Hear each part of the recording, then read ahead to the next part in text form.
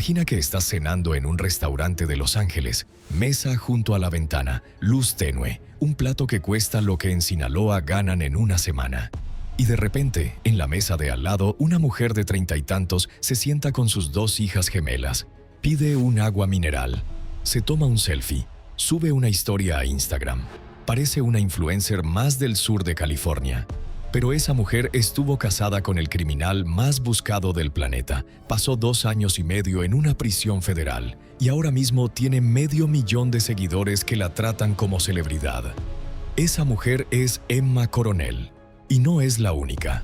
Porque detrás de cada gran capo del crimen organizado hay una mujer cuya vida se convirtió en un laberinto de lujo, terror y supervivencia. Hoy te voy a contar qué fue de 7 de ellas, dónde están ahora, cómo viven y sobre todo cómo pasaron de ser las reinas de imperios criminales a algo que nadie esperaba. Quédate hasta el final, porque la última de esta lista es la más invisible de todas y su historia te va a dejar helado. Emma Coronel, la influencer, que no puede ver a su marido. Empecemos con la que todo el mundo conoce. Emma Coronel Aispuro tenía 17 años cuando conoció a Joaquín Guzmán Loera en una fiesta en la Sierra de Durango. Ella participaba como candidata en un concurso de belleza local. Alguien se le acercó y le dijo que un hombre importante quería bailar con ella. Llegó un señor y le dijo simplemente: «Me llamo Joaquín». Así de directo, así de surrealista. Poco después de ganar el concurso y cumplir 18, se casaron en una ceremonia simbólica. Ni siquiera hubo acta civil, pero ese matrimonio la convirtió en la señora del cártel de Sinaloa.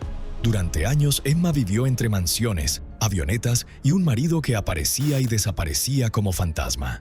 Tuvo gemelas en un hospital de California en 2011. Asistió al juicio de Guzmán en Nueva York en 2019, sentada en la galería, con vestidos de marca, mientras los testigos describían operaciones con toneladas de mercancía ilegal y túneles bajo la frontera. Ahí mismo, en esa sala, escuchó el testimonio de Lucero Sánchez, la exdiputada que había sido amante de su esposo. Emma no se inmutó. Por fuera. Por dentro, según confesó años después en un documental, fue la traición que más le dolió. No por las otras mujeres, que ya sabía que existían, sino porque esta era del gobierno. Pero aquí viene lo que casi nadie sabe. En febrero de 2021, agentes federales la detuvieron en el aeropuerto de Dulles, Virginia. Se declaró culpable de conspiración para traficar estupefacientes, lavado de dinero y operaciones con organizaciones criminales. La condena fue de 3 años. Pagó una multa de $1,5 millones y salió en septiembre de 2023. Desde entonces, su vida es otra. Vive en California con sus hijas gemelas que ya tienen 14 años y, según ella, quieren ser doctoras. No las registró con el apellido de su padre. Quiso darles un futuro limpio. Emma trabaja como modelo e influencer. Desfiló en la Semana de la Moda de Milán para la diseñadora April Black Diamond. Lanzó una guía fitness llamada Cuerpo que Brilla. Protagonizó el videoclip de una canción dedicada a ella, interpretada por su propia abogada, Mariel Colón. Y a finales de 2025 estrenó un documental en Oxygen titulado Casada con el Chapo, donde por primera vez habló abiertamente de su vida, su matrimonio y sus arrepentimientos. Pero hay una condición que lo cambia todo. Emma no puede ver a Guzmán, ni visitarlo, ni escribirle, ni llamarlo. Es parte de su sentencia. Él cumple cadena perpetua en la prisión de máxima seguridad de Florence, Colorado, y ella tiene prohibido cualquier contacto con él. Su abogada asegura que Emma sigue amándolo, pero no volverá a verlo en libertad. A principios de 2026, Emma solicitó que se le adelante el fin de su libertad condicional, prevista para septiembre de 2027. Argumenta que las restricciones le han hecho perder oportunidades de trabajo porque a veces le niegan permisos de viaje o se los dan tarde. El Departamento de Justicia no se opone, pero la Oficina de Libertad Condicional sí. Mientras tanto, Emma sube historias a Instagram, graba vlogs y deja caer que quiere abrir un canal de YouTube. la mujer que durante el juicio más mediático del siglo se sentaba en la galería con vestidos de diseñador, la que escuchaba relatos de túneles subterráneos y aviones cargados de mercancía ilegal sin mover un músculo, ahora graba vlogs en California preguntándole a sus seguidores si debería abrir un canal de YouTube. Y un detalle que habla por sí solo. En redes sociales, Emma publicó recientemente la canción Mujer enamorada de El Commander. La letra habla de la esposa de un gran capo. No menciona nombres, no hace falta. Emma sigue enamorada de un hombre al que no puede ver, no puede llamar y no puede escribir. Y mientras él pasa sus días en una celda de 2x3 en la prisión más segura de Estados Unidos, ella promociona fajas y guías de ejercicio en Instagram. De esposa del criminal más poderoso del mundo a creadora de contenido en California. El contraste es tan brutal que parece ficción, pero es real. Victoria Eugenia Henao, la viuda que lleva 30 años huyendo de un fantasma. Si el caso de Emma Coronel es el más mediático, el de Victoria Eugenia Henao es el más trágico. Porque Victoria no eligió esta vida. Se la impusieron cuando era una niña. Tenía 12 años cuando Pablo Escobar apareció en su barrio de Envigado, Antioquia, montado en una motocicleta. Él tenía 23. La diferencia de edad era abismal, pero en la Colombia de los 70 nadie la protegió.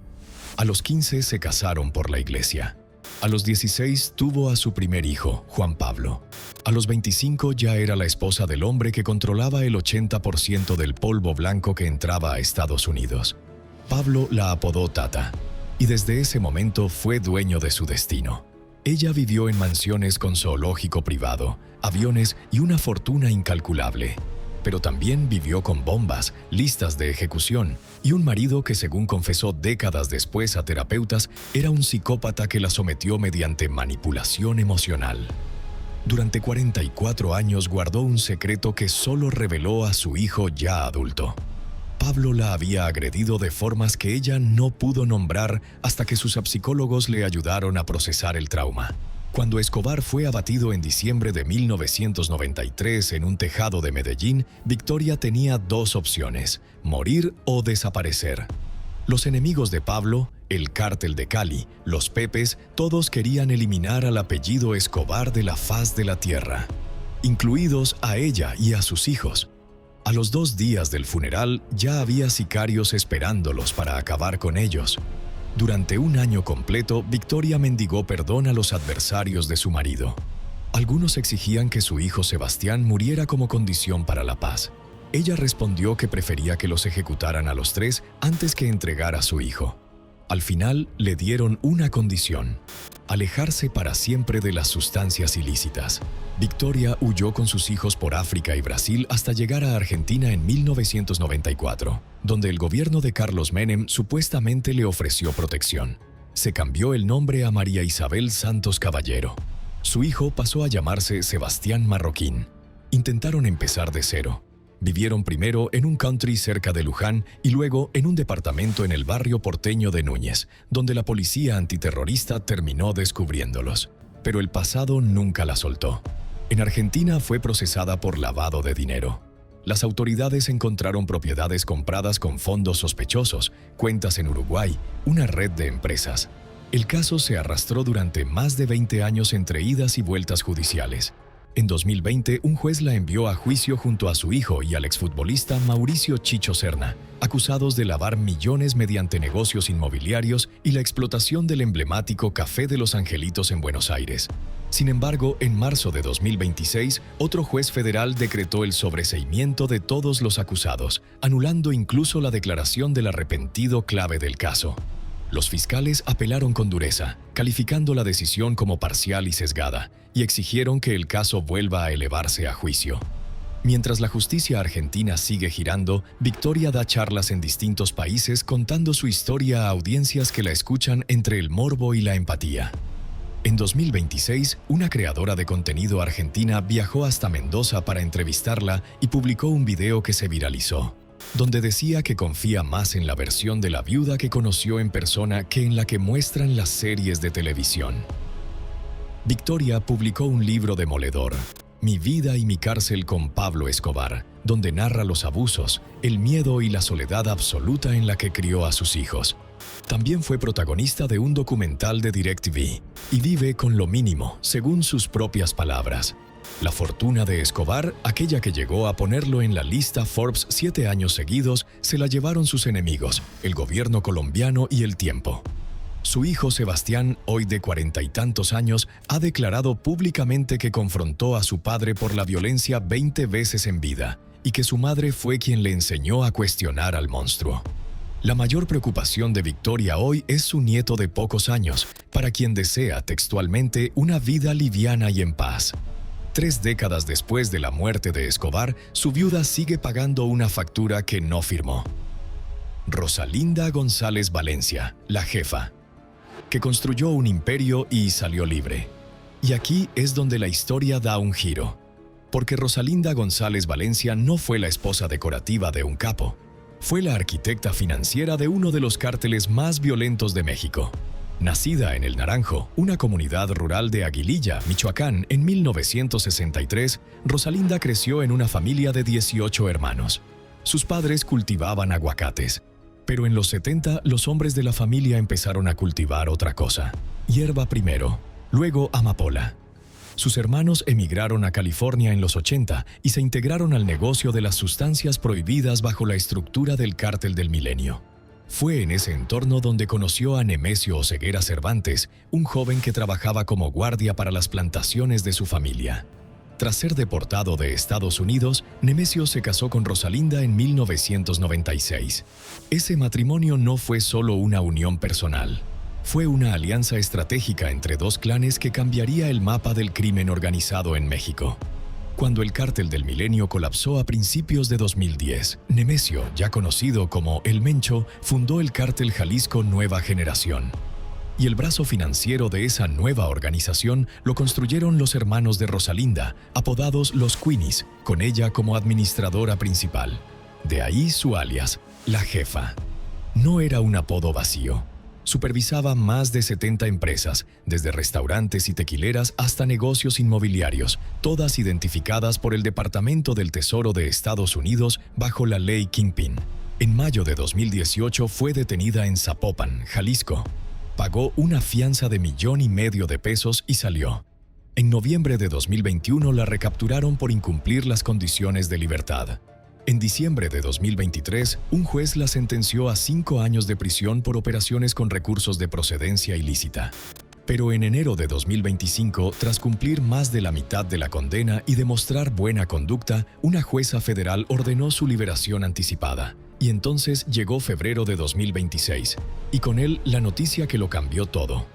El Mencho fue abatido el 22 de febrero en un operativo en la Sierra de Tapalpa, Jalisco. Las fuerzas federales lo localizaron gracias a labores de inteligencia vinculadas a una de sus parejas sentimentales. Cuando la fuerza terrestre llegó para arrestarlo, fue recibida a balazos por su equipo de seguridad. El Mencho intentó huir hacia una zona boscosa, donde se desató un segundo enfrentamiento. Fue herido y cayó. La respuesta del cártel fue inmediata.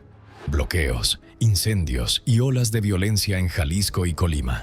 Incluso se filtró una supuesta amenaza del CJNG advirtiendo que funcionarios serían ejecutados si no devolvían el cuerpo. 23 internos escaparon del penal de Puerto Vallarta en medio del caos. Rosalinda, ya viuda, se encuentra en libertad bajo vigilancia, con procesos judiciales pendientes, mientras el cártel que ella ayudó a financiar entra en un inevitable reacomodo interno. Su hijo, el Menchito, cumple cadena perpetua más 30 años en Estados Unidos tras ser condenado en marzo de 2025. Su hija Jessica fue acusada de lavado de dinero a través de restaurantes, bares y una productora de tequila en Jalisco. Su hija menor, Laisha, fue señalada por inteligencia militar como autora intelectual del secuestro de 2 marinos la noche en que su madre fue recapturada en 2018. La dinastía Oseguera González se desmorona pieza por pieza. Pero la jefa, la mujer que unió 2 clanes y construyó el brazo financiero del cártel más temido de México, sigue libre. Y sigue en silencio. Guadalupe Fernández, Valencia, la patrona, que traicionó al cártel para salvar a sus hijos. Ahora bien, hay algo que necesitas entender. No todas las mujeres del narco fueron esposas, algunas fueron operadoras, y Guadalupe Fernández Valencia fue la mujer de más alto rango en la historia del cártel de Sinaloa. Nacida en Michoacán, Guadalupe empezó desde abajo. Trabajó en fábricas hasta que quedó embarazada y decidió que el negocio de las sustancias pagaba mejor. Pasó 10 años en una prisión de California por distribución a nivel callejero en los 90. Tras ser deportada a México, intentó rehacer su vida. No lo consiguió. Se integró a la estructura del cártel de Sinaloa a través de su hermano Manuel, y en poco tiempo se convirtió en la lugarteniente de Jesús Alfredo Guzmán Salazar, Alfredillo, uno de los Chapitos. Su trabajo no era disparar ni intimidar. Su trabajo era logística pura. Coordinaba envíos de 30 kilos de polvo blanco semanales a Los Ángeles, movía toneladas de hierba a través de la frontera, supervisaba el uso de aviones, túneles y hasta submarinos para el contrabando, según las acusaciones del Departamento de Justicia, y lavaba las ganancias a través de casas de cambio en Guadalajara, cobrando un 3% de cada operación. La DEA la puso en su lista de los 8 objetivos prioritarios del cártel de Sinaloa. Fue la única mujer en esa lista, y durante años nadie fuera del mundo criminal supo quién era. Su nombre no aparecía en titulares, no tenía redes sociales, no tenía rostro público. Era un fantasma operativo. En febrero de 2016, un mes después de la última captura de El Chapo, la detuvieron en Culiacán. En 2017 fue extraditada a Chicago. Ahí, en una corte federal, tomó la decisión que le salvaría la vida y condenaría su reputación para siempre. Cooperó. Los detalles de su colaboración están en un expediente sellado, pero los fiscales la describieron como asistencia sustancial. La jueza Sharon Johnson Coleman reconoció que Guadalupe había arriesgado su vida y la de sus 5 hijos al entregar información. Le impusieron 10 años de prisión en lugar de cadena perpetua. Cumplió aproximadamente 3 años efectivos tras descontar el tiempo que ya llevaba presa en México y en Estados Unidos. En 2024 quedó en libertad. Pero aquí viene el problema. La patrona cooperó con el gobierno estadounidense y entregó información sobre las mismas personas con las que trabajó durante décadas. Si es deportada a México, lo más probable es que no sobreviva. Muchos de sus antiguos asociados siguen libres, incluido Alfredillo, su antiguo jefe directo, y las luchas internas del cártel de Sinaloa hacen que cualquier soplón sea un blanco inmediato. No se sabe públicamente dónde está ni qué nombre usa ahora. Antes de su detención, había pasado 10 años en una prisión californiana por distribución callejera. Después, otros 8 años entre cárceles mexicanas y estadounidenses por su segundo round. Casi 2 décadas de su vida entre rejas. Lo que sí se sabe es que pidió perdón entre lágrimas en su sentencia, que dijo que no encontraba las palabras para expresar cuánto lo sentía, y que el expediente sellado con sus revelaciones podría ser una de las piezas más valiosas que tiene la DEA sobre la estructura interna de los Chapitos. La mujer que alguna vez fue la mano derecha de uno de los hijos de El Chapo ahora vive en algún lugar sin nombre, esperando no ser encontrada. Clara Elena Laborín, la reina de belleza, que tomó el mando del cártel, y si crees que Guadalupe fue un caso excepcional, espera a conocer la historia de Clara Elena Laborín Archuleta. Porque esta mujer no solo vivió del narco, lo dirigió. Nacida en Agua Prieta, Sonora, en 1964, Clara Elena fue coronada Miss Sonora en su juventud. Era una mujer aspiracional, como decían quienes la conocían. Quería que de ella se dijera que era una sonorense con dinero que quería darse a conocer. Y lo consiguió. Gracias a un representante artístico llamado Guillermo Francisco Ocaña, organizaba eventos de alta sociedad en todo el estado, contrataba artistas para fiestas infantiles y hasta intentó lanzar una empresa de comunicación y una revista llamada Jeans, de la que solo salieron 2 números. Se casó con Héctor Beltrán Leiva, el H, uno de los hermanos que conformaban el temido cártel de los Beltrán Leiva, primos de El Chapo Guzmán. Durante años, Clara Elena disfrutó del lujo. Fiestas con diseñadores de moda, eventos en Acapulco, cóctel con el diseñador Armando Mafud, una vida social que mezclaba farándula con crimen organizado, sin que nadie pudiera distinguir dónde terminaba una y empezaba la otra. Pero en 2010 todo cambió. Un comando armado la secuestró en Hermosillo. La tuvieron 13 días. La liberaron atada de pies y manos frente a la Universidad de Sonora con un narcomensaje al lado dirigido a su esposo. Nosotros te vamos a enseñar a respetar a las familias. Se atribuyó al cártel de Sinaloa en represalia por el homicidio del hijo de un capo rival. Y luego, lo impensable. Héctor Beltrán Leiva fue detenido en 2014 en un restaurante de San Miguel de Allende, Guanajuato. Y Clara Elena, la señora, tomó las riendas del cártel. Firmaba narcomantas. Dirigía células armadas en Guerrero. Convirtió Acapulco en zona de guerra entre 2014 y 2016, disputando la plaza al cártel independiente de Acapulco con el respaldo del CJNG. Fue considerada uno de los 50 objetivos prioritarios de seguridad en el estado de Guerrero. Una exreina de belleza convertida en jefa de una de las organizaciones criminales más violentas de México. En septiembre de 2016 fue detenida en Hermosillo con 2 kilos de polvo blanco y armas. Fue vinculada a proceso por delitos contra la salud. En 2009, el Departamento del Tesoro de Estados Unidos ya la había incluido en sus listas como presunta lavadora de dinero del cártel. Tenía propiedades en Sonora, Estado de México y Guerrero, incluyendo una casa en el exclusivo fraccionamiento La Herradura, en Huixquilucan. Y en noviembre de 2018, desde su celda en el Penal Federal Femenil de Morelos, recibió la noticia de que su esposo había fallecido por un ataque cardíaco en la prisión del Altiplano. Nunca se confirmó oficialmente, pero se presume que ella fue quien identificó el cadáver. Los reportes indican que fue liberada meses después de su detención y actualmente vive en libertad con sus 4 hijos en algún lugar de Sonora. De Miss Sonora a líder de un cártel. De líder de un cártel a viuda silenciosa.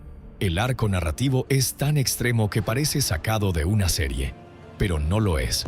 Sonia Barragán y Marta Venus Cáceres, los fantasmas del Señor de los Cielos. Y ahora entramos en un territorio completamente diferente, porque cuando hablamos de Amado Carrillo Fuentes, el Señor de los Cielos, todo está envuelto en misterio, incluyendo a sus mujeres. Sonia Barragán Pérez fue la única esposa oficial del líder del cártel de Juárez, el hombre que usaba una flota de aviones Jumbo para transportar toneladas de mercancía ilegal y cuya fortuna llegó a estimarse en $25,000 millones.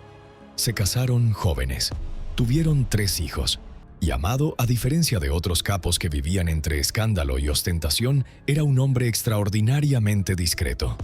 Pocas fotos, pocos registros. Casi ninguna declaración pública. Esa discreción se extendía a su vida personal, lo que hace que la historia de Sonia sea una de las más difíciles de rastrear en todo el mundo del crimen organizado. Cuando Amado murió en julio de 1997, tras someterse a una cirugía para cambiarse el rostro en un hospital de Ciudad de México, Sonia quedó en el centro de un huracán.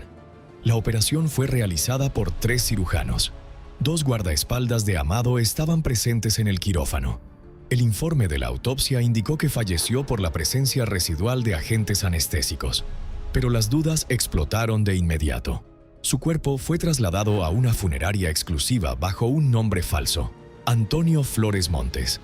El bigote que llevaba en el féretro despertó sospechas porque se supone que debieron afeitarlo para la cirugía. Y 4 meses después, los 3 médicos que lo operaron fueron encontrados enterrados en tambores de concreto, con signos de interrogatorios violentos.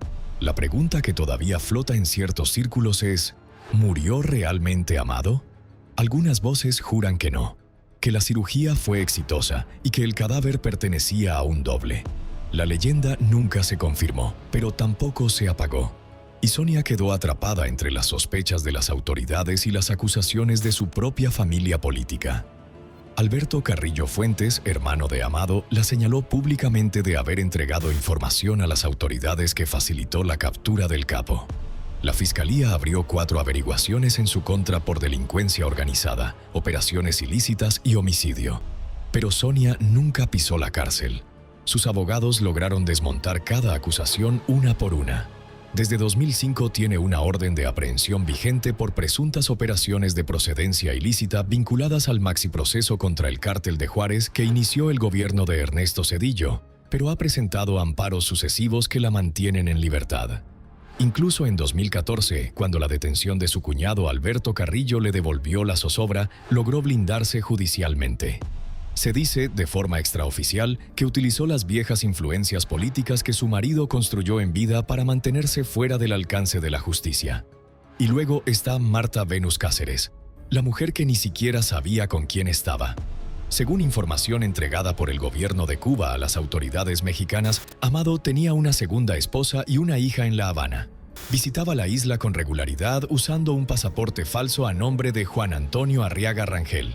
Marta Venus lo conocía simplemente como un empresario mexicano acaudalado al que llamaban el patroncito. Lugartenientes de Amado confirmaron que el capo pagó millones de dólares al gobierno cubano para usar la isla como refugio personal. Marta Venus vivía en una casa de protocolo en el barrio El Vedado, completamente ajena a que el hombre con el que compartía su vida era uno de los criminales más buscados del hemisferio. ¿Qué fue de ella? Nadie lo sabe con certeza. La muerte de Amado dejó un vacío tan grande que incluso sus mujeres se convirtieron en fantasmas. Sonia navega entre amparos legales y un silencio absoluto. Marta Venus desapareció en la bruma de La Habana. Y la leyenda de que el Señor de los Cielos sigue vivo en algún lugar con otro rostro sigue alimentándose hasta el día de hoy. Rosario Niebla Cardosa, la mujer invisible del capo invisible. Y aquí es donde cerramos este recorrido, con la mujer más invisible de todas, la que nunca dio una entrevista, la que nunca subió una foto a redes, la que nunca protagonizó un documental, pero la que estuvo al lado del líder criminal que durante más de 5 décadas logró lo que ningún otro pudo, no ser capturado jamás, hasta que lo fue. Rosario Niebla Cardosa, Chayito, nació en El Dorado, una sindicatura de Culiacán, Sinaloa, en 1946. Conoció a Ismael Zambada García cuando ambos eran menores de edad. Él tenía 12 años y ella era una niña que iba a comprar carne a la carnicería del tío de Ismael. Según el relato del abogado de la familia, Fernando Gaxiola, recogido por la periodista Anabel Hernández, Zambada se enamoró de ella a primera vista. A los 17 años se la robó, como se dice en la sierra, y se casaron primero por la iglesia y luego por el civil. Tuvieron 5 hijos, 4 mujeres y un varón, Jesús Vicente Zambada Niebla, el Vicentillo, quien se convertiría en el coordinador logístico del cártel de Sinaloa y sería extraditado a Estados Unidos, donde colaboró como testigo protegido y fue pieza clave para que los fiscales armaran el caso contra el propio Chapo Guzmán. Cuando capturaron a Vicente en 2009, el Mayo lloró. Se lo confesó a Julio Scherer en aquella entrevista de 2010 y dijo que no hablaría más de él. El hijo que había metido al negocio desde joven era ahora el hijo que lo delataba desde una celda estadounidense. Y en medio de todo ese dolor, Chayito seguía ahí, en la sierra, en silencio. Las 4 hijas del matrimonio también llevan la marca de su padre. María Teresa, la mayor, nacida en 1969, es educadora de profesión, pero fue sorprendida intentando cruzar a Estados Unidos con $10,000 sin declarar. Miriam Patricia, licenciada en Administración de Empresas, fue identificada por el Departamento del Tesoro como parte del brazo financiero del cártel.